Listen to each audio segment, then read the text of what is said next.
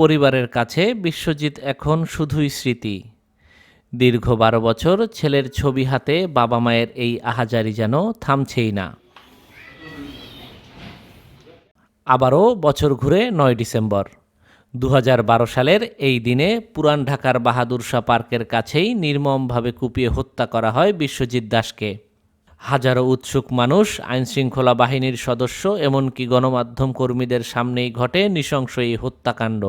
ছাত্রলীগ কর্মীদের বর্বরচিত এই হত্যাকাণ্ড শিরোনাম হয় দেশ বিদেশের গণমাধ্যমে। দীর্ঘ বছর বিচারের জন্য আদালত আর মানুষের দ্বারে দ্বারে ঘুরতে ঘুরতে এখন ক্লান্ত বিশ্বজিতের বাবা মা।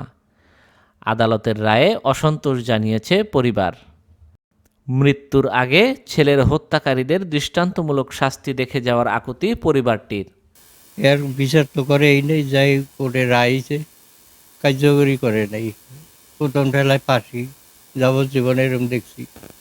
আমার ছেলের ব্যাপারে না আরও মামলা দেখছি এরকম, প্রথম ঠেলায় ফাঁসি দিয়ে দেয়, যাবজ্জীবন দেয়, এরপরে আস্তে আস্তে সব খালাস পেয়ে যায়।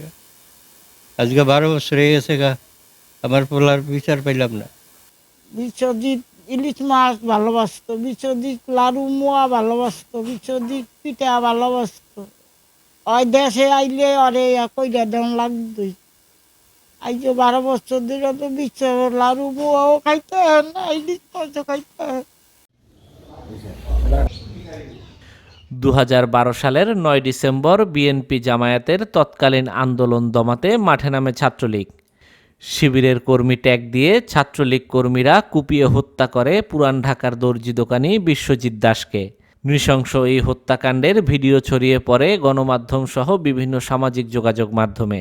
দেশ জুড়ে নিন্দার ঝড় বইলে ২০১৩ সালের ৮ ডিসেম্বর ৮ জনকে মৃত্যুদণ্ড ও ১৩ জনের যাবজ্জীবন কারাদণ্ডের আদেশ দেন দ্রুত বিচার ট্রাইব্যুনালের বিচারক এবিএম নিজামুল হক। পরবর্তীতে মৃত্যুদণ্ডপ্রাপ্ত ৮ জনের মধ্যে ২ জনকে খালাস ও ৪ জনের সাজা কমিয়ে যাবজ্জীবন কারাদণ্ড দেয় উচ্চ আদালত।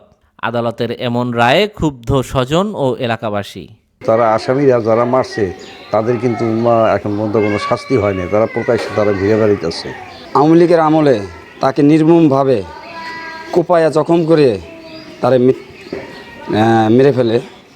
তাই আমরা এই 15 বছরে কোনো সুষ্ঠু বিচার পাই নাই। এই বিশ্বজিতের মা বাবার চোখের পানি আমরা দেখতে প্রত্যেক দিনই দেখি, মানে এটার কোনো বিচার আমরা পাই নাই আজও পর্যন্ত। এটা উপযুক্ত বিচার যেভাবে পাইতে পারে সেই ব্যবস্থা করবেন আপনারা। ছোট তো অনেক ভালো আসলো ছেলেটা, যারা মারছে হ্যাঁ আমরা বিশ্বাস চাই। চাঞ্চল্যকর এই হত্যাকাণ্ডে জড়িত আসামিরা বিভিন্ন কৌশল অবলম্বন করে মামলা থেকে খালাস পেয়েছে উল্লেখ করে মামলাটির সুষ্ঠু বিচার দাবি করেন আইনজীবীরা।